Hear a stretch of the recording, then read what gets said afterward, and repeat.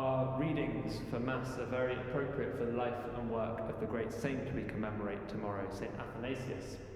The first reading from Acts was taken from the so-called Council of Jerusalem, that critical moment in the life of the early church when the apostles determined the church's mission to the Gentiles. And the Gospel comes from the farewell discourse in John, a high point of the New Testament's articulation of Jesus Christ as the Logos, the Word incarnate. St. Athanasius' life was replete with synods and councils, and he was an impassioned theologian of the incarnate Word.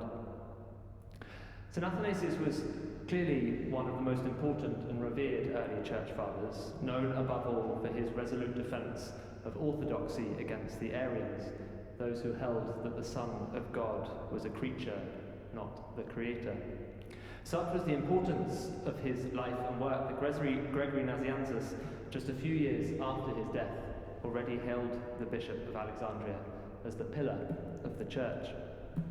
He was born in around the year 300 in Alexandria in Egypt. He received a good education, was ordained a deacon, and appointed secretary to the Bishop of Alexandria, a Bishop Alexander.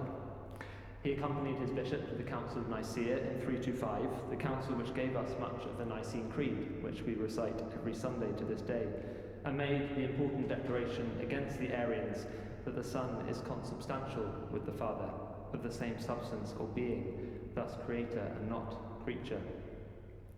Athanasius himself succeeded Alexander and became bishop in 328, but his time in office was anything but peaceful. On 5 separate occasions he was driven into exile, including time spent in France and in Rome. It was a fractious time in the church, and the first 2 of his exiles was caused by a perhaps heavy-handed treatment of the Meletians, a sect very similar to the Donatists. His relationship with the emperors was troubled too. Constantius, the son of Constantine, was opposed to Nicaea. Athanasius defended it resolutely, to the point that Constantius sent armed soldiers to attack him as he was presiding at the liturgy, and he fled into the desert. He had difficulties too with subsequent emperors Julian and Valens, resulting in further exiles, but he spent his final years in relative peace, dying on this day, the 2nd of May, 373. It was a turbulent life, with opposition seemingly coming from every single direction. And given his struggles against multiple heresies and different emperors, it's no wonder that he was known as Athanasius contra mundum, Athanasius against the world. And this isn't the place to summarise Athanasius' theology, but we might consider briefly how his understanding of the Logos enlightens our reading of today's Gospel. In the context of this farewell discourse, Jesus talks to his disciples about joy. I have said these things so that my joy may be in you, and that your joy may be complete. Gospel statements promising joy can be a sensitive thing, because, to be blunt, we often don't feel joyful.